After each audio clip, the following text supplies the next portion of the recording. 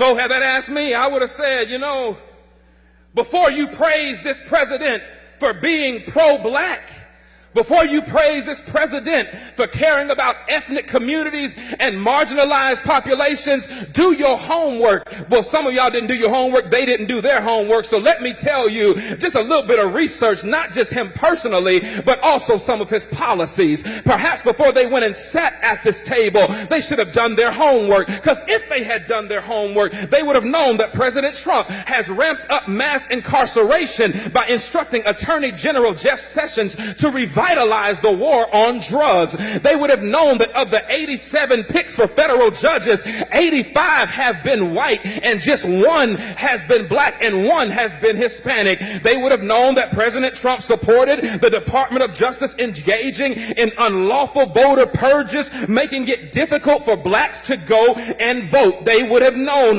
that Trump is ending protection for predatory lenders, which disproportionately harm black people. They would have known that he is ignoring the affordable housing crisis by ordering HUD to triple the rents of poor tenants in public housing, which mostly affect black people. Do your homework. They would have known that he is proposing cutting $200 billion over the next 10 years from supplemental nutrition assistance programs that will bring more hunger in black and brown communities. They would have known that Trump is worsening the health of black communities through environmental deregulation, which disproportionately harms black people through exposure to pollution. Now, that's just a few on the policy side, but you don't have to go too far to ask what about him personally would make me know that he is not pro-black. I'm glad you asked, because in 1970, Trump's real estate company tried to avoid renting apartments to black tenants and gave preferential treatment to white tenants. He began his 2016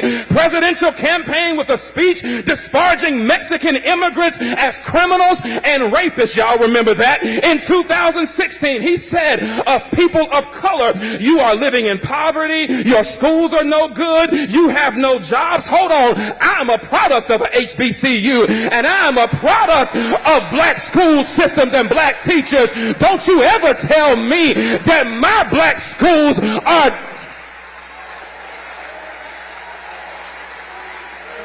Hold on, I ain't done. He says you have no jobs, so what do you have to lose from electing me? In 2017, Trump said 15,000 recent immigrants from Haiti all have AIDS, and 40,000 Nigerians once seeing the United States would want to go back to their huts in Africa. He spent years suggesting that the nation's first black president was not a citizen of these United States. He called Puerto Ricans who's criticized his administration's response to Hurricane Maria. He called them politically motivated ingrates. Hold on, but he called those who marched beside white supremacists in Charlottesville, Virginia, he called them very fine people. He hired Steve Bannon, a white nationalist, as his chief strategist. He called Haiti and other African nations S-hole countries, and he's taking credit for an economy that has not been built on his administration, but was built on the backs of 8 years of hard work under the Obama administration. Negroes, please, don't you come up in here talking about this is the most pro-black president that you have ever seen, when the record suggests that he cares nothing about people of color.